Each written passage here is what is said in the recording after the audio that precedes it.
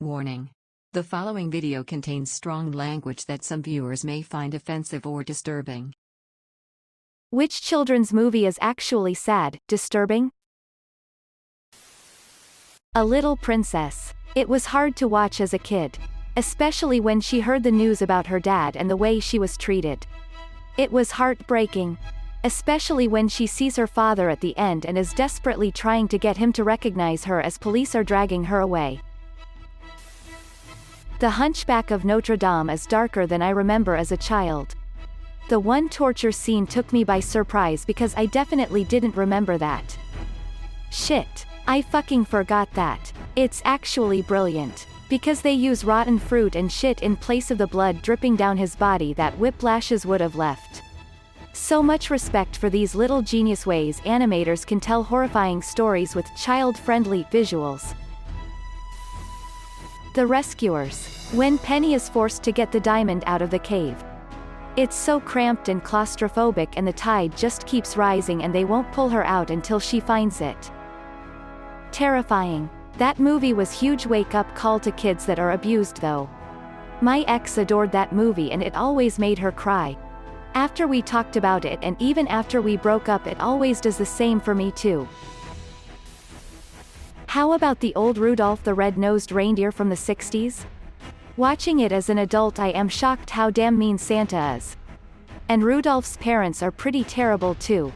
Santa tell Donner he should be ashamed of himself for having a child with a birth defect. My Girl. When Vada starts crying about how he needs his glasses. It gets me every time. I was literally grounded from watching My Girl become I would cry every time I heard. Where's his glasses? He can't see without his glasses. I watched it with my 9-year-old son 2 weeks ago and we both shared a couple tears. That scene always got me. But I never truly understood it until my daughter died. We wanted her to wear a certain sleeveless dress that she had worn several times that year.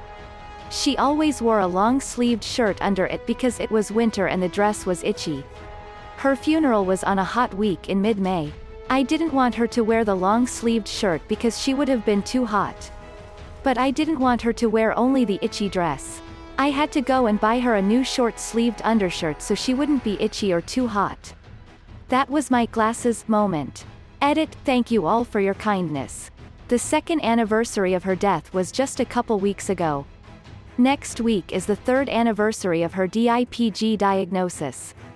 She would be 7 and probably annoying the shit out of me during this whole pandemic stay-at-home stuff if cancer wasn't such a cruel murderer. I hold my older 3 kids a little tighter now. The Brave Little Toaster. Didn't the AC kill itself in that one? And there was also a song about depressed cars talking about how their life is meaningless and their primes are behind them. Kirby, the vacuum cleaner, also suffered a major mental breakdown at one point. And almost killed himself by chewing up his own cord. Looking back, everything about that movie was dark as fuck from an adult perspective. Brother Bear. Greater than, a young man's brother is killed by a bear defending her cub. Distraught and angry, he hunts the bear down and kills it in revenge. Shortly after, the young man is magically transformed into a bear. He meets a cub looking for his mom. And begrudgingly escorts him to a river where many bears meet up every year. Hoping to find the cub's mom. Come to find out, the bear he killed in revenge was the mom. In the end he meets his brother's spirit and decides to stay as a bear to protect the young cub. Less than. That scene where he tells Coda that he was the one who killed his mother. And Coda just runs away and climbs the tree crying while Kenai is frantically searching for him screaming that he is sorry broke me. Dude. Then Phil Collins had to come in with that heart-wrenching song.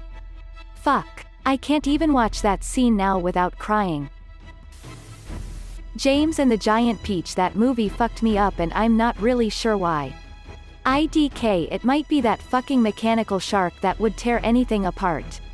The shark got you? I was terrified of that giant rhino in the sky. That scared the poo out of me when I was a kid. Where the Wild Things Are. Maybe a decent book but the film. Sad and unsettling. I got 5 minutes into that movie. As a young kid like 11 or so. And I've got a heavy conscience and can't handle strong negative emotions or lots of gore, and I kid you not, 5 minutes and I wanted to throw up. I felt so bad. I loved the book, but the movie made me feel horrible and I couldn't finish it. There were a small handful of personal things that struck me really hard too and made it worse. The Prince of Egypt had 2 scenes that messed me up as a kid. 1. Moses learning the Egyptians were feeding the babies to crocodiles. 2. The death of the firstborns. Also, the 10 Plagues song was super chilling. The chanting? Spooky. Still probably in my top 5 favorite animated films. For me it was the old man being brutally whipped. And the Nile's water that turns into blood. But man, do I love that movie. All of the score gives you chills. All dogs go to heaven. I still sometimes have nightmares about the hell ship slowly and inexorably sinking into the lava. And there's no escape for Charlie. I'm 37 years old. Return to Oz. When I watched this movie as a kid, I had nightmares about the Wheelers. The insane asylum, the Rock King, the headless woman, so many crazy scary things about that movie. Dumbo when they separate him from his mom, and Bambi when his mom is shot. My parents had to take us home because we were so traumatized. Thanks, Walt Disney.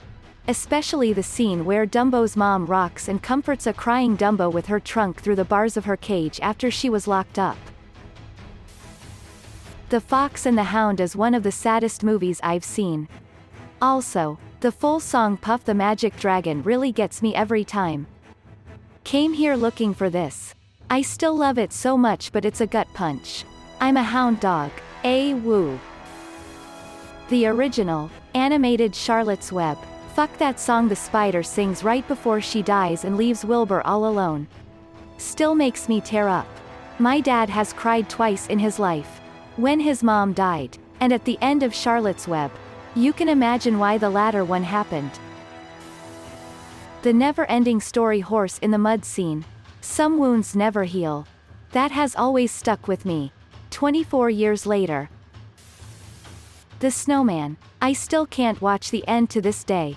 Some darkness just gets seen by a kid too early. God, that ending. The music in that movie was absolutely incredible. Though, the whole thing is just a work of art. A lot of people just remember the ending. But I'd highly recommend anyone who hasn't seen it to watch the whole thing. It's only about 30 minutes. It's an absolutely beautiful depiction of British winter scenes and life. Childish wonder and imagination. I'd recommend it to anyone looking for a Christmas flight of fancy for the whole family. Just be prepared. The ending is rough. Bridge to Therabisha is the saddest children's movie I've ever seen.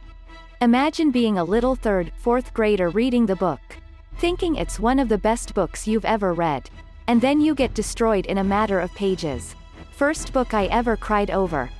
I thought it was part of the Narnia series, chronologically set between the Silver Chair and the Last Battle, when I discovered it in 5th grade. I was like, nothing in this makes sense, but let's keep reading it in case it becomes cool, and then it doesn't. When I was a kid I was a big reader. But I would only read fantasy books. My mom gave me Bridge to Terabithia and convinced me that it was about 2 normal kids who visit a fantasy world. I believed her because the movie had just come out at the time. And the trailers, commercials made it look like a fantasy movie. I read through 80% of the book and then quit. I wasn't sad that the girl died. I was just pissed that I had been tricked into reading a book that didn't actually have wizards and trolls in it. The Last Unicorn. I am not like the others now. For no unicorn was ever born who could regret. But I do. I regret. It's a bittersweet moment. But holy fudge, eternity is a long time to feel regret. Neverending Story is fucked up. I wrote a paper in college titled The Neverending Story, A Child's First Introduction to Existentialism. Toy Story 3 when they all hold hands and accept death by incineration was disturbing as shit. Oh my god, have you seen the video of the guys who pranked their mom with an edit they made where the movie ends with the toys being incinerated? Hilarious. The Little Prince, Netflix movie that will give you plenty of feels for the day. That movie. Wow, I know it's a kid's movie but it's still one of my favorites. I'd almost forgotten about it, so thanks for mentioning it. Christopher Robin had me crying when all I was after was a cute Winnie the Pooh and Pals adventure. Hubs and I are in our 30s and we cried like fools in the theater because of the whole growing up and leaving behind things you love thing. All the children looked at us funny. Mrs. Doubtfire. As a child, you think it's funny to see a grown having to crossdress to spend time with his own children. As an adult, I see it as a tragic tale of a grown having to crossdress to spend time with his own children. Robin Williams was that good. Also, my favorite part is when he throws a lemon at Pierce Brosnan's head. It was a drive-by fruiting. Some disgruntled member of the waitstaff. Did you not tip them? Matilda. Dude, her parents were thieving assholes who, when the cops were pursuing them, just signed over their rights to Miss Honey no problem. In real life, no matter what assholes her parents were. This is devastating to a child. I love the movie though. Fuck, I forgot to mention the Trunchbull tossing kids over the fence by their ponytails or locking them in the chokey. Matilda is really something special to me. I grew up in a neglectful, abusive household very similar to Matilda's. Even the worshipped can do no wrong bully son thing. I even looked just like Matilda when I was her age. I didn't realize how much the movie and book meant to me till I watched it again when I was around in high school. When I looked up to a few teachers as maternal figures. Mrs. Honey as a character just means so much to me. She represented hope when I was going through the worst of it. That there will always be someone that cares for me. My parents aren't the end all of the love I can get. That family can be anyone. I didn't mean to ramble, but this movie is just so important. As scary as that school teacher was, Mrs. Bulworth, I think. I'm so glad it got marketed for kids so that I was able to see it. Hunchback of Notre Dame for me. As a kid I hated Frollo for obvious reasons. Getting older and looking at it again, Frollo is for me the most disturbing character in the Disney movies. He has so many issues and the worst part is no magic. No only in movie stuff or anything has to do with it. Just a character with an unhealthy obsession that could walk down the street IRL. After lockdown, that is. So yeah, it is disturbing once you notice that detail. A couple of friends and I were having a discussion about the best Disney villains. And someone brought up Frollo. I thought he should be disqualified. Because he was written by Victor fucking Hugo. Who knew how to write nuanced, complex, terrifyingly human villains. Other Disney villains just can't hold a candle to him. Because he was written with such depth. And even the substantial flattening necessary for inclusion in an animated movie adaptation didn't turn him into a caricature. Coraline is the most sad and disturbing kids movie ever made. I had nightmares for weeks. I hardly slept. And when I did, I had all the lights on. I still have the occasional nightmare that consists of a door appearing in my wall and two people coming for my eyes with buttons in their hands. I said it earlier in the thread, but just so you also Gear 6 the story, Neil Gaiman didn't set out to write a children's book. He wasn't sure what Coraline would be, so he sent it to his children's publisher and she said it was too scary. So he told her to read it to her daughters. They said they weren't scared and so it was published. It was years later that he found out that the daughter had been terrified. She just lied because she wanted to know what happened next. Is no one gonna talk about 101 Dalmatians? Drown them, poison them, bludgeon them, do whatever it takes for all I care. I don't know if I got the line right, but she was planning on murdering hundreds of puppies for clothes. Thanks for watching. If you liked the video, give it a thumbs up. Don't forget to subscribe, and hit the notification button. See you next time.